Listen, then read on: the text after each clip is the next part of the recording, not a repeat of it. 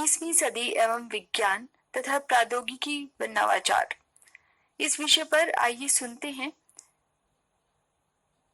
सहायक प्रोफेसर विज्ञान एवं प्रौद्योगिकी विभाग श्री विजयपाल सिंह के साथ की गई भेंट वार्ता।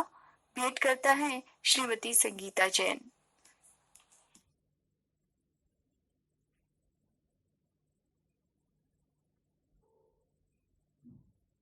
सभी श्रोताओं को संगीता जैन का नमस्कार।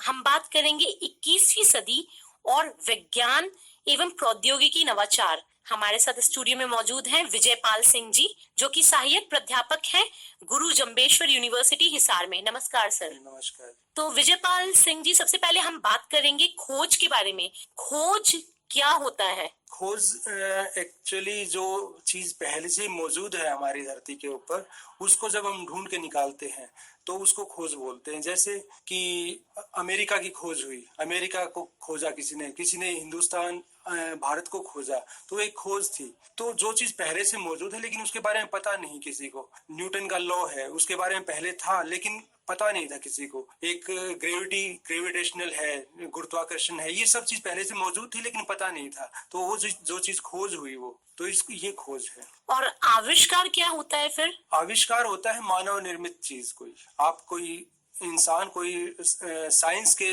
प्रिंसिपल्स का यूज करके, साइंस के नियमों का यूज करके कोई नई चीज बनाता है तो उसको बोलते हैं आविष्कार। जैसे पहली बार जैसे राडार के अंदर हमने यूज की वेव्स यूज की, माइक्रोवेव्स यूज की, तो वो एक आविष्कार था वहां पे। तो वो आविष्कार है मानव निर्मित चीज। और अब बात करते हैं इनोवेशन यानी नवाचार की। तो इनोवेशन खोज और आविष्कार से कैसे अलग है? नवाचार का मतलब है, इनोवेशन का मतलब है कि जो पहले से मौजूद जो टेक्नोलॉजी है, पहले से मौजूद जो भी हमारे साइंटिफिक टेक्नोलॉजी है, उसको हम यूज करते हैं एक नए परिप्रेक्ष्य में। जैसे कोई चीज अमेरिका में यूज हुई है, वहां की भौगोलिक परिस्थितियों में यूज हुई है, लेकिन उसको भारत के भौगोलिक परिस्थितियों के अनुसार उसको कैसे मॉडिफाई, चेंज किया जा सकता है, वो एक इनोवेशन के तहत आएगा। एक चीज यूज हुई है एयर कंडीशन में, उसको हम कूलर में यूज करते हैं, तो वो एक इनोवेशन है कि वो पहले से मौजूद तकनीक थी लेकिन हमने उसको कूलर में यूज किया है, कूलर में हमने इस्तेमाल किया है। तो वो पहले से मौजूद जो चीज है उसको भौगोलिक परिस्थितियों के अनुसार या उसकी हम कीमत कम करके उसमें ऐसा चेंज करें कि उसकी कीमत कम आ जाए, तो वो एक नवाचार के अंदर आता है। तो खोज और आविष्कार को ही नया रूप दिया नवाचार ने। हाँ जी, हाँ जी। अब बात करते हैं नवाचार कैसे कैसे संभव है, कैसे हो सकता है नवाचार? नवाचार के अंदर टेक्नोलॉजिकल नवाचार भी है, मतलब प्रौद्योगिकी नवाचार है। दूसरा इसके अंदर प्रोसेस के अंदर भी होता है। एक कोई प्रोसेस है, प्रोसेस इनोवेशन जिसको हम बोलते हैं। ठीक है, तो मतलब चाहे हम टेक्नोलॉजिकल बात करें, नॉन टेक्नोलॉजिकल बात करें, इनोवेशन हर जगह पर है। इवन ये देखिए कि कोई एक घर में जो काम करती है लेडी, घर में जो औरत काम करती है, किचन में काम करती है हमारी बहनें, तो वो भी अपनी इनोवेशन करती हैं। भाई ये चीज पक जाए तो मुझे ऐसा पता लगे, स्मेल आ जाएगी या कुछ ऐसा हो जाए, वो एक इनोवेशन, उनके अपने आइडियाज होते हैं। जिससे इनोवेशन का मतलब एक्चुअली ये है कि अपने काम को आसान बना के हम क्या तरीके यूज कर सकते हैं, ऐसा रूप दे दे जिससे काम आसानी से हो जाए, आसानी से हो जाए, और वो अपने अपने तरीके हर कोई यूज करता है। लेटेस्ट इनोवेशंस किस किस फील्ड में किए जा सकते हैं? आज के टाइम में जो टेक्नोलॉजिकल प्रौद्योगिकी इनोवेशन है, नवाचार है, उसके अंदर IoT, इंटरनेट ऑफ थिंग्स का बहुत ज्यादा योगदान है। और दूसरा है आर्टिफिशियल इंटेलिजेंस, जिसको हम रोबोटिक्स के नाम से भी जानते हैं। रोबोटिक्स एक पार्ट है। रोबोटिक्स के अंदर आता है आर्टिफिशियल इंटेलिजेंस। तो ये दो फील्ड हैं जिसके अंदर बहुत काम हो रहा है आजकल। तो अब तक जितना भी विज्ञान ने तरक्की की है, अब तक जो काम हो रहा था उसमें IoT, इंटरनेट ऑफ थिंग्स की बात नहीं थी। हमने जो चीज मेजरमेंट्स करनी है, जो सेंसर लगाए, वो हमारे सामने डाटा आता था और हम उसको वहीं यूज करते थे। लेकिन आज दौर बदल गया है। आज जो भी डाटा हमने यहाँ एक्सेस किया उसको हम ट्रांसमिट करके किसी दूसरी जगह पे देख रहे हैं। जैसे फॉर एग्जाम्पल मैं यहाँ बैठा हुआ हूँ और मैं यहाँ का डाटा अमेरिका में बैठ के एक्सेस करता हूँ, तो वो क्या है, IoT के अंदर आती है वो चीजें। तो अब हम बात करते हैं विजयपाल जी, आपने किस तरीके के इनोवेशंस किए और उसका क्या असर पड़ा दैनिक जीवन में? हमारी यूनिवर्सिटी में अब जो ज्यादा ध्यान दिया जा रहा है वो इस चीज के ऊपर दिया जा रहा है कि जो साइंस एंड टेक्नोलॉजी, हमारी university science and technology university है, तो वो होने के नाते हम सामाजिक आम जीवन में, आम आदमी के जीवन में क्या बदलाव ला सकते हैं। तो हमारे आज के टाइम में जो भी हम प्रोजेक्ट स्टूडेंट्स से, हमारे बच्चों से करवा रहे हैं, वो सारे इस तरीके के हैं कि उनका आम जीवन के ऊपर असर पड़े, आम आदमी के ऊपर असर पड़े। उसमें कुछ हमारे प्रोजेक्ट्स हैं, जैसे स्मार्ट बस ट्रांसपोर्ट सिस्टम हमने एक बनाया था। अच्छा। तो उसके अंदर क्या था कि एक आम आदमी को काफी देर इंतजार करना पड़ता है बस स्टॉप पे खड़े होके, और उसके बाद भी उसका ये नहीं पता होता कि जो बस आ रही है वो उसमें जगह मिलेगी या नहीं मिलेगी। तो हमने एक सिस्टम प्रपोज किया है, सिस्टम डिजाइन किया है। उसके अंदर क्या है कि हर बस का अपना एक आईडी होगा, और उसके बाद एक स्मार्टफोन पे ऐप डाउनलोड कर लेंगे। हमने ऐप भी डिजाइन किया है। तो जो भी बस आ रही है, जिस भी बस का आपको चाहिए डिटेल, तो आप बस का नंबर एंटर करेंगे उसमें, तो वहां पे आपको वो बस की लोकेशन क्या है और उस बस में कितने पैसेंजर्स, यात्री इस टाइम यात्रा कर रहे हैं, वो आपको पता लग जाएगा।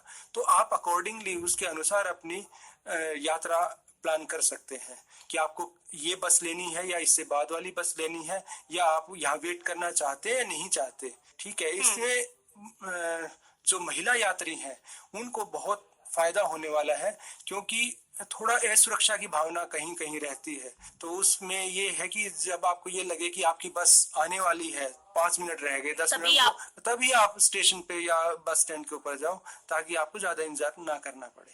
अच्छा, इसके लिए आप लोगों ने रोडवेज डिपार्टमेंट से भी सहयोग लिया होगा, क्योंकि बसेस में कैमरा लगेगा, तभी तो वो ऐप में जानकारी दे पाएंगे। क्या सिस्टम डेवलप हो रहा है इसके लिए?